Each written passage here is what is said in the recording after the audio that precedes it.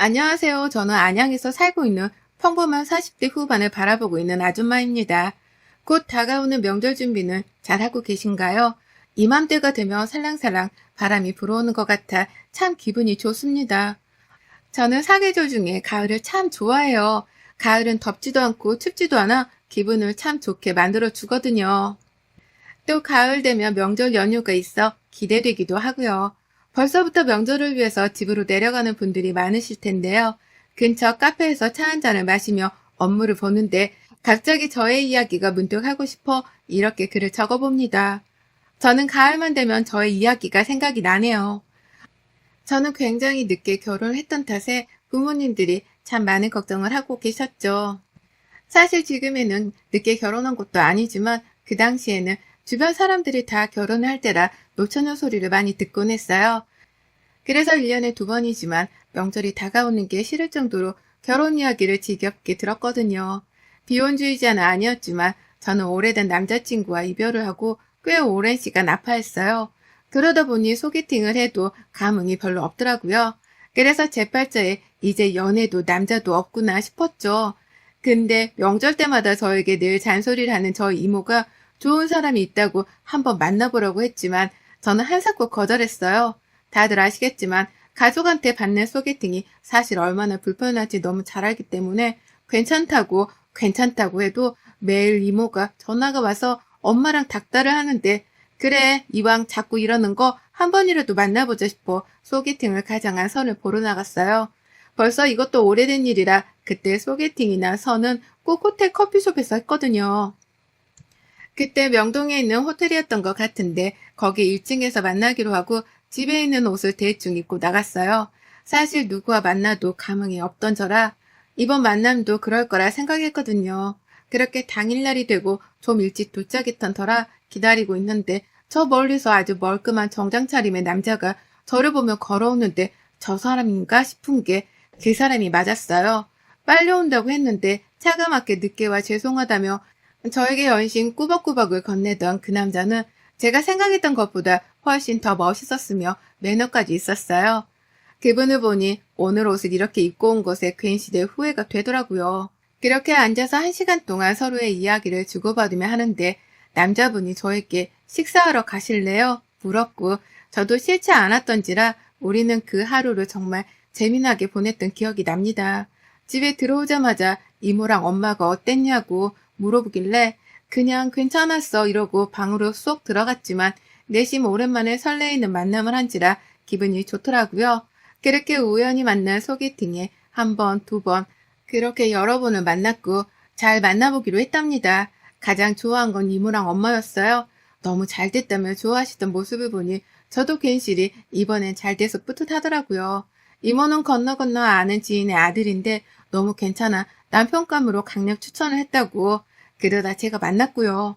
우리는 그렇게 연애를 재미있게 하고 있을 찰나에 남자친구는 저에게 진지하게 자기와 같이 살 마음이 있냐고 묻더군요. 저도 나이가 있는지라 좋다고 말했고 각자 집에 결혼을 하고 싶은 사람이 생겼다 말을 했어요. 저희 집에서는 경사가 났지만 남자친구 집에서는 제가 탐탁지 않았던 것 같습니다. 그런 이야기를 하고 나서 남자친구가 연락이 잘 되지 않더라고요. 답답한 마음에 연락도 계속 해보고 걱정돼 집으로 찾아갔더니 저에게 우리 엄마가 결혼을 조금 천천히 하라고 하더라. 그래서 마음이 좋지 않아 연락을 못했던 거라고 하는데 제가 남자친구에 비해 빠진다고 생각한 건 없었는데 막상 입으로 반대 이야기를 들으니 사실 놀랍기도 했습니다. 남자친구와 저는 직장인이었지만 남자친구는 평범한 회사원이고 저는 회사 중에 중소기업 중에도 굉장히 탄탄한 곳에 다니고 있고 직급도 여자이지만 과장까지 하고 있었거든요. 연봉도 사실 남자친구보다 제가 조금 더 높은데 가진 것도 더 많은 걸로 알고 있는데 나를 반대해? 라는 생각도 들더라고요. 뭔가 그때는 오기가 생기기도 했고 지금 남자친구를 놓치면 평생 후회하겠다 싶어 저는 그렇게 반대하는 남자친구네 부모님께 잘 보이려고 갖은 노력을 했어요. 명절 때면 백화점에 산 과일부터 고기까지 최상급으로 보내고 아무 날이 아닐 때도 선물 공세부터 전화도 매번 드렸던 것 같아요. 부담스럽다고 하셨지만 저는 포기하지 않고 그렇게 한 반년을 노력했을까요?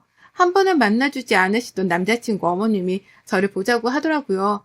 이제 그 노력이 통했구나 싶어서 정말 많은 준비를 하고 꽃다발까지 들고 찾아뵈었어요. 하지만 만난 그 자리에서 저에게 하는 말은 하나같이 나이가 많아, 아이를 못 낳을 것 같아 걱정이 된다, 우리 아들보다 돈을 더 버는 게 못마땅하다 등등의 반대 사유를 늘어놓더라고요. 나이가 많은 건 어떻게 할 수 없고 돈 버는 거야 숨길 수 없는 건데 할 말이 없어 고개를 푹 숙였더니 남자친구가 이 사람 아니면 결혼 생각 없다고 세기를 박아버리더군요. 그렇게 남자친구 부모님과의 첫 만남을 뒤로한 채 저는 집으로 돌아와서 문을 걸어 잠그고 이틀을 내리 울었던 기억이 나네요. 사랑하지만 그렇게 우리는 결혼이 아닌가 보다 하고 생각이 들 때 남자친구가 엄마가 우리 사이를 허락했다면서 좋아하더라고요. 처음에는 너무 놀랐지만 허락하셨다니 기쁘더라고요. 그때부터 결혼 준비를 시작했죠. 결혼 준비를 하면서도 남자친구 어머님과 저는 부딪히는 것들이 너무 많았어요. 애단부터 시작해 혼수까지 모두 다 간섭을 하는 어머님 때문에 저는 돌아버릴 지경이었고 남자친구는 그 중간에서 어찌할 바를 몰랐죠. 저희 부모님은 시댁 어른들께 잘해라, 네가 참아라 했지만 하나부터 열까지 시비를 거는 어머님 때문에 위험까지 걸려 너무나 힘들었던 결혼 준비였습니다. 그렇게 어찌저찌 결혼을 하였고 신혼집은 시댁과 10분 거리도 안 되는 곳에 얻었죠. 그게 시어머니가 결혼을 허락한 이유였기도 했고요. 신혼생활을 즐기려고 하면 주말마다 들이닥치는 시어머니 등살에 김장하면 김장하는 대로 휴가 내고 오라고 부르고 산부인과 가서 네가 자궁이 튼튼한지 한번 보자면서 같이 가고 제가 살림은 잘하는지 또 자기 아들 밥은 안 굶기는지 하나부터 열까지 그렇게 간섭을 하는데 당연히 아이가 생길 리가 없잖아요. 하도 손주를 바라셔서 다니는 회사까지 휴직기를 내고 임신 준비에 열중했습니다. 저도 늦게 결혼한지라 꼭 아이는 가지고 싶어 몸을 열심히 건강하게 갖고 아이를 가지고 출산까지 무사히 했어요.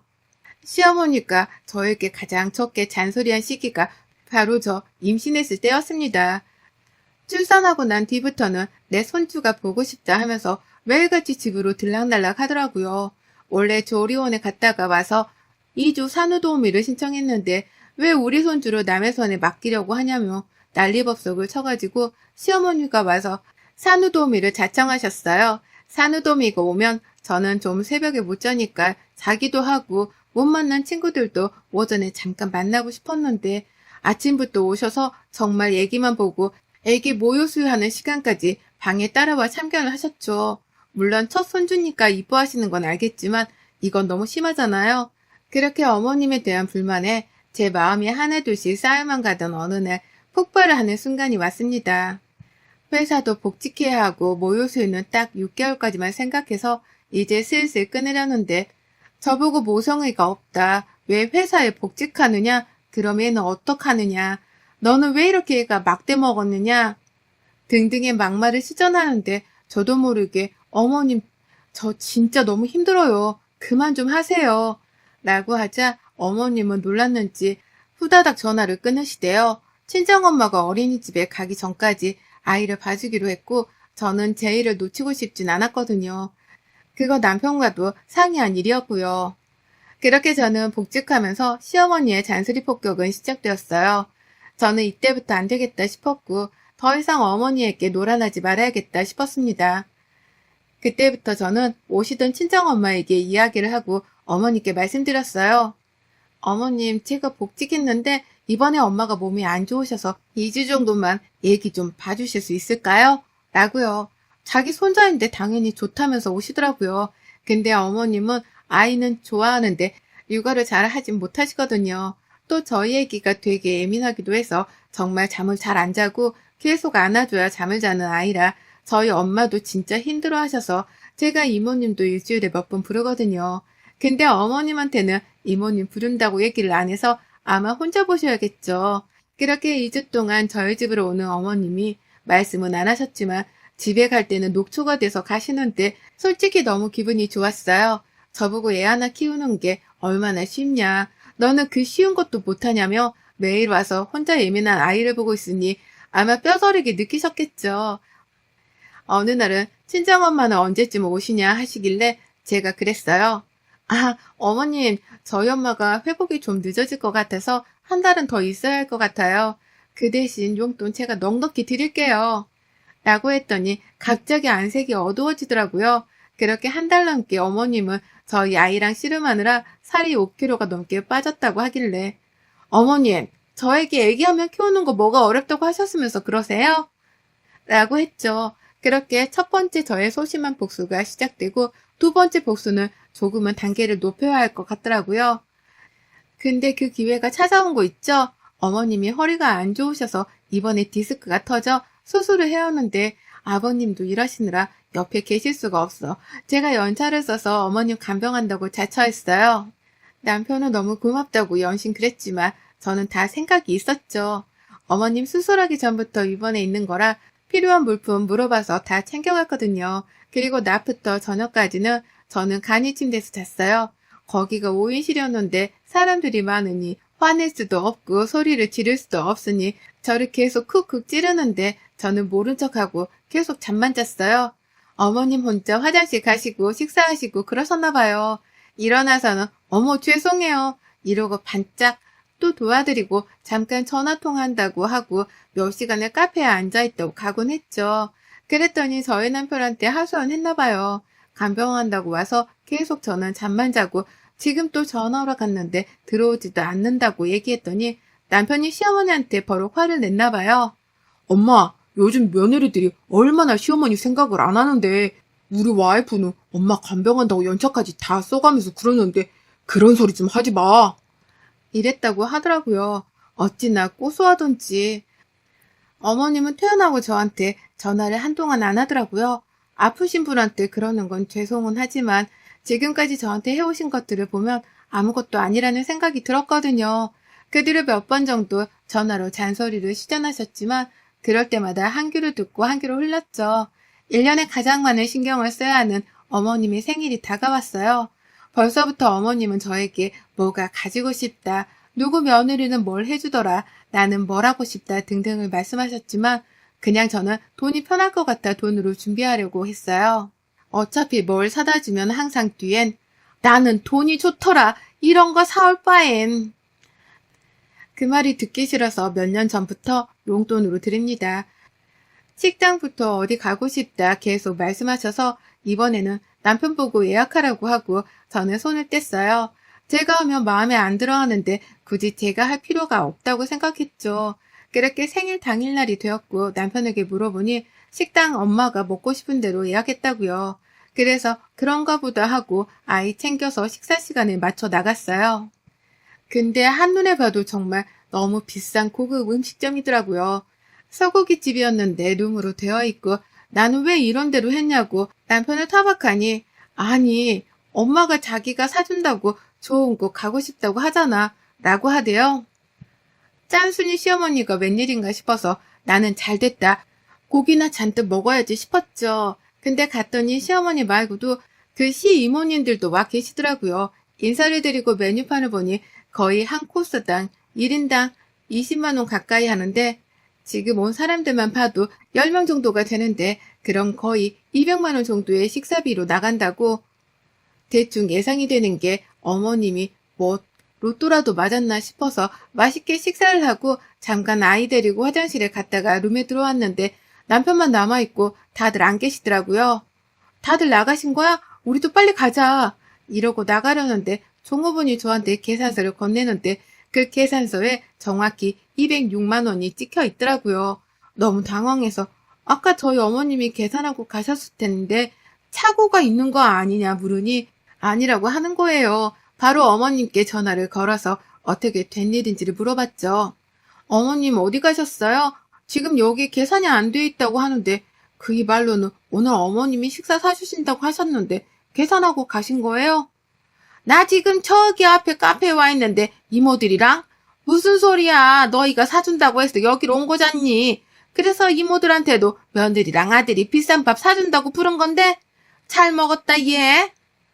이러고 끊으시는 거예요. 진짜 이 얘기를 듣는데 손발이 덜덜 떨려서 우선 결제를 하고 나왔어요. 일부러 저 골탕 먹이러 이렇게 한 것 같은데 밥을 못 사드리는 것도 아니고 먹고 싶다고 하셨으면 당연히 모시고 왔을 텐데 저희를 속이고 이렇게까지 하는 게 도저히 참을 수가 없었습니다. 그렇게 이를 바득바득 갈고 있는데 제 생일이 다가왔습니다. 이때다 싶어서 서울 청담동에서 오미카세 집으로 10명 똑같이 예약했어요. 거기는 1인당 25만 원이 넘는 식사 가격에 룸 차집이 또 있거든요. 제가 대접해드린다고 하니 시이모들도 다시 다 초대를 했죠. 그렇게 어머님은 아무런 생각하지 못하고 다들 모시고 왔더라고요. 네가 이렇게 비싼 곳에 웬일이나 싶었겠죠. 코스 요리 외에도 드시고 싶은 게 참 많으시더라고요, 우리 어머님. 저한테 계속 이거 시켜도 되지? 시 이모님들한테도 마음껏 시켜. 우리 며느리가 능력이 좋아. 이러면서요. 저는 웃으면서 다 시키라고 말씀드렸죠. 그랬더니 비싼 요리들도 또 따로 시키더라고요. 그렇게 식사 자리가 끝나고 남편 지갑은 집에 제가 일부러 두고 오고 계좌도 저희는 공동계좌라 비밀번호도 다 바꿔놨어요. 혹시나 내줄까봐요. 당연히 내준다면 다시 돌려받아야겠지만요. 그렇게 만반의 준비를 하고 식사가 거의 끝날 무렵 저는 대화를 하는 도중에 요유의 식당을 나왔습니다. 계산은 안에 있는 분들이 할 거라고요. 그렇게 한참 가고 있는데 남편과 어머님이 번갈아 전화를 해오더군요. 남편 전화부터 먼저 받았더니 이거 우리가 내는 거 아니냐고 하더라고요. 그래서 우리가 내려고 했는데 어머님이 며느리 생일에 선물 한 번도 안 주시는데 이런 밥 한 번 정도는 사주면 좋을 것 같아서 라고 받아쳤죠. 남편도 할 말이 없는지 끊더라고요. 그 뒤로 어머님이 전화가 왔길래 받아서 똑똑하게 이야기했어요. 받자마자 저에게 뭐 CM이를 골탕 먹이냐, 사달라고 하면 될 걸 왜 도망가느냐, 뭐 이런 말들이었죠. 어머님, 저 결혼하고 한 번도 제 생일 안 챙겨주시면서 이번에 한 번 고하게 챙겨주세요. 그러시라고 제가 예약한 거예요. 저는 어머님 생일마다 늘 용돈에 선물에 식사에 다 해드리는데 어머님은 정작 제 생일에 해준 게 뭐가 있으세요? 그래도 다 이해했는데 이번엔 어머님께 좀 챙김 받고 싶어서요. 어머님, 회 되게 좋아하시잖아요. 여기 오메카세 맛집으로 유명해요. 맛있게 드셨으면 됐죠? 뭐 잘 먹었어요, 저도. 그 뒤로도 뭐라 하셨지만 전화를 뚝 하고 끊었습니다. 집에 와서 남편은 저보고 너무했다고 그냥 이야기하면 엄마가 사줬을 텐데 왜 그랬냐고 하길래 지금까지 어머님이 저한테 했던 모든 사건들을 소리치며 말했어요. 니네 엄마가 나한테 했던 행동들을 봐라. 해준 게 뭐가 있냐 나한테? 며느리 생일에 200도 못 쓰냐? 그럼 나는 어머님 생일에 도대체 얼마를 쓰는 거야? 그것뿐만 아니라 매번 뭐 사고 싶은 거 있을 때마다 나한테 전화하지 않냐? 이 정도면 진짜 애교지. 소리쳤더니 미안하다며 안방으로 들어가대요. 그 다음날 바로 시아버지와 시어머니가 호출하길래 그래 잘됐다 싶어서 갔습니다. 아버님도 너무 생일 못 챙긴 거 너무 서운게 생각하지 말라 부족했다라고 하시는데 어머님은 저보고 난리를 치더라고요. 이모들 앞에서 자기가 얼마나 쪽팔린 줄 알았냐고요. 알고 봤더니 지갑도 안 가져왔다고 하시더라고요. 그런데 진짜 화가 나잖아요. 며느리 생일에 지갑도 안 가져온다는 게요. 그래서 이모 한 분이 내주셨나 봐요. 자기 엄청 쪽팔렸다면서 도대체 뭐 하는 짓이냐고 화를 내길래 그래도 좀 미안한 마음에 들고 왔던 과일 바구니를 바닥에 세게 내팽개쳤어요. 그리고는 소리쳤죠. 제가 어머니 무슨 종이에요? 하녀예요? 저는 적어도 어머님이 저에게 미안한 마음 정도는 가지실 줄 알아서 이렇게 온 건데 어머님은 끝까지 어머님 생각뿐이신 것 같네요. 제가 지금까지 당해온 거 생각하면 이번 일은 아무것도 아니지 않아요? 제가 뭐 바보여서 참고 있었겠어요? 라며 고래고래 소리를 질렀죠. 내친김에 지금까지 어머님한테 당했던 모든 일들을 이야기하는데 한 번도 말대꾸 안 하던 제가 이러니 대꾸할 말이 없으셨겠죠. 팽개쳤던 과일도 다시 제가 주워 담았어요. 어머님 드리려고 사온 과일인데 어머님은 드실 만한 가치가 없으신 분 같네요. 이 과일 바구니를 사온 돈도 너무 어머님께 아깝네요. 사실 던지고 가고 싶지만 어머님께 드리는 것보다 차라리 이 과일을 지나가는 모르는 다른 사람한테 주는 게 나을 것 같네요. 라며 비꼬았죠. 뒷목을 잡고 쓰러지는데 요요히 저는 시댁을 나왔습니다. 그렇게 시댁에 발길을 하지 않겠다 선언하고 난 지 벌써 1년이 되었네요. 명절에 매번 가서 전부 찌고 친정 못 가게 맞고 친정에서 선물 보내면 싸구려 아니냐며 늘 명절 때마다 눈물을 훔치곤 했는데 이제는 남편만 보내고 저는 안 가요. 착한 며느리는 이제 그만입니다. 저에게 전화도 오지만 받지도 않고요. 남들이 보면 너무했다 싶을 수도 있겠지만 최선을 다한 사람에게 후회 따윈 남지 않더라고요. 어머님은 며느리를 꼭 자기 밑에 부하나 종 정도로 아는 것 같으니 그런 사람 생기면 언제든지 제가 남편이랑 이혼해주겠다. 걱정하지 마라. 라고도 말을 덧붙였거든요. 그 뒤론 제가 이혼할까 무서운지 잘 건들진 않으시네요. 이번 명절은 아이랑 친정 식구들이랑 여행 가기로 했어요. 남편도 온다고 하는데 자기 엄마 무서워서 어디 오겠어요?